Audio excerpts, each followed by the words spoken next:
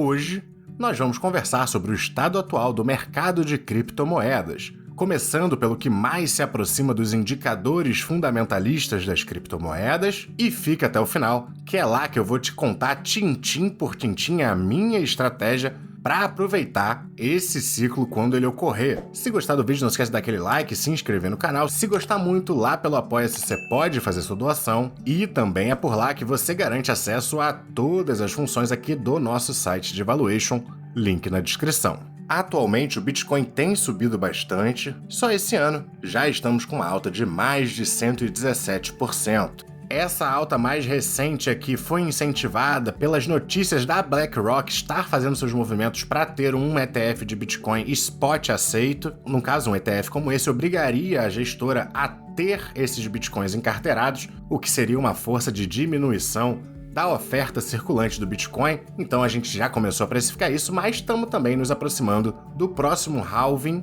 que vai ocorrer perto de abril de 2024, onde o prêmio pela mineração dos blocos cai pela metade, então vai ser mais uma força de diminuição da oferta. Apesar disso, a gente ainda se encontra bem abaixo das máximas históricas que a gente fez aqui mais perto dos 70 mil dólares. Aqui a Glassnode traz pra gente o que aconteceu depois do evento do halving com a rede do Bitcoin, cada uma das vezes que isso ocorreu. Na primeira vez foi uma alta de 7.745%, na segunda bateu um topo de 670% de retornos e na mais recente, 460%. Então a gente vê que há esse movimento de esticada do preço do Bitcoin após o halving, pelo menos historicamente, mas a gente também vê uma diminuição dessa volatilidade, uma diminuição do quanto de retorno ele consegue nos trazer. Outro dado interessante que a Glassnode nos traz é aqui de laranja a porcentagem da oferta do Bitcoin que tem liquidez, que tem uma frequência de venda, e de vermelho a que tem altíssima liquidez. E em ambas a gente vê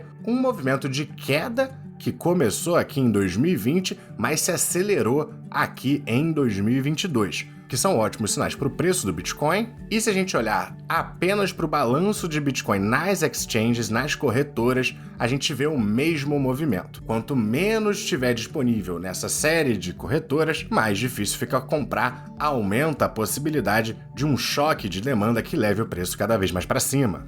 Aqui de vermelho, a gente tem os balanços das corretoras somados aos traders de curto prazo. De laranja, a gente tem os bitcoins líquidos e altamente líquidos. E em ambos a gente vê um movimento de queda, ao passo que de azul claro a gente tem a oferta sem liquidez, de azul escuro os investidores de longo prazo e de verde a quantidade de bitcoins que estão sendo encarteiradas por longo prazo ou que já se perderam.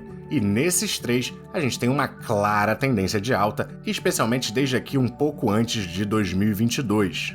No índice de medo e ganância do Bitcoin, a gente começa a ficar um pouco mais esticado, então de fato as pessoas estão ficando otimistas, o que pode ser um sinal amarelo. De fato, com toda essa alta que a gente teve ao longo desse ano, a gente não tem, obviamente, uma compra tão boa quanto foi para aqui e para trás, mas, na minha opinião, seguimos em ótimos preços. Isso aqui só indica talvez mais um pullback de curto prazo, até porque a gente ainda tem algum tempo até o halving. Um outro gráfico que eu gosto de acompanhar é o Rainbow Chart. Aqui a gente tem o gráfico do preço do Bitcoin na escala logarítmica, com essas faixas que acompanham curvas logarítmicas de patamares de preço.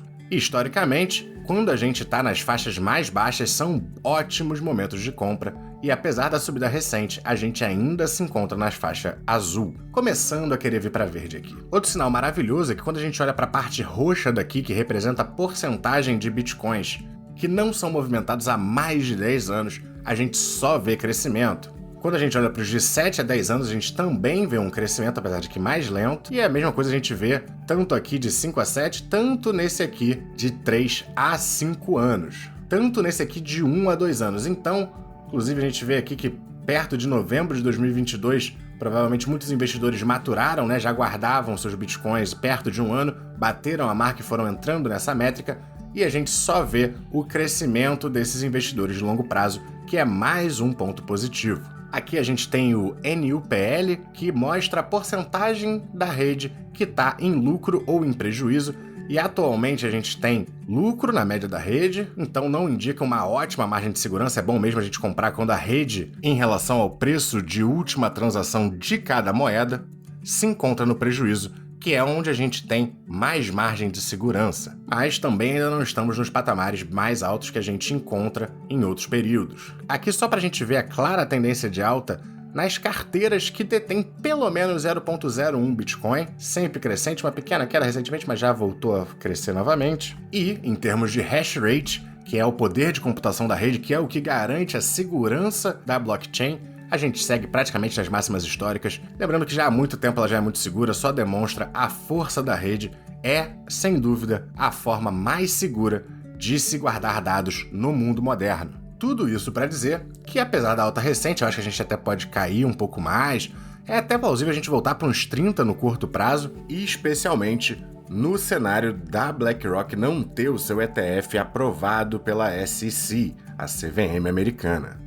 Mas eu acho que estamos num bom momento de compra. Quando a gente estava por aqui, eu falei no final de um vídeo também que era oportunidade, e mesmo a gente estando um pouco mais esticado, ainda acho que vale a pena uma pequena compra, sabendo da possibilidade de cair, e pronto para comprar mais nesse cenário, porque os próximos ano e meio, 2 anos, podem ser muito positivos para a classe de ativos. E agora eu vou te explicar qual é a minha estratégia para lidar quando esse momento chegar. Bom, eu invisto em Bitcoin desde 2020, finalzinho de 2020 por aqui eu comecei a investir, e o que eu pretendo fazer no próximo ciclo de altas é a mesma coisa que eu fiz nesse daqui que eu peguei. Eu comecei a comprar pelos 11, continuei comprando até uns 17, 19, que era perto da última máxima histórica deles. Depois que ele passou uns 23, 24, já acima da última máxima histórica, eu parei de comprar. Quando ele chegou perto de uns 40, eu reduzi minha posição. Ele caiu um pouco, fiquei parado. Ele voltou a subir, voltou para uns 50, reduzi minha posição. Chegou aos 60, reduzi minha posição. E fui fazendo vendas graduais ao longo das altas. Quando ele caiu aqui, eu até cheguei a comprar um pouquinho mais por aqui e na recuperação vendi novamente. Então qual é o meu plano para o Bitcoin no próximo ciclo de altas? Muito provavelmente, quando ele chegar perto da máxima histórica dos 65, eu devo vender uma pequena parte da minha posição, de 5 a 10% do que eu tiver. Supondo que ele continue subindo, chegue aos 80, repito o processo, chegou aos 90 mais uma vez, aos 100 mais uma vez. Quando ele chegar nos 120, eu já começo a vender uma porcentagem maior. Dessa vez eu vou começar a vender 15 a 20% da minha posição em cada uma dessas marcas de novos patamares. Considerando a queda da volatilidade que o Bitcoin tem, até devido ao seu maior market cap, se ele chegar, que eu nem tenho tanta confiança que ele chegue, mas se ele chegar perto dos 140, eu já vou estar vendendo boa parte da minha posição, mas eu nunca vou vender toda. Não importa o quanto suba, eu sempre vou manter pelo menos 3 a 4 ou 5% da minha carteira no Bitcoin, mesmo se eu acreditar que estamos no topo. Meu objetivo não é fechar minha posição porque eu acredito no ativo para o longo prazo. Mas eu, particularmente, até para não me tornar vítima dessas histórias que a gente ouve um monte de gente que continuou comprando conforme subia e subia, eu pretendo fazer vendas ali nos 70, nos 85, nos 100, nos 120, nos 140, 150 e por aí vai. Em resumo, criptomoedas são a única classe de ativos em que a minha estratégia inclui a venda do ativo em algum momento. Quando eu falo de fundos imobiliários, de ações brasileiras ou americanas, eu sempre penso no longuíssimo prazo, comprar para encarteirar para ter para sempre e não pensar nem em vender, mas devido à volatilidade do Bitcoin, eu acredito sim nessa estratégia. Comprando agora, sabendo que o halving só deve vir lá para abril de 2024,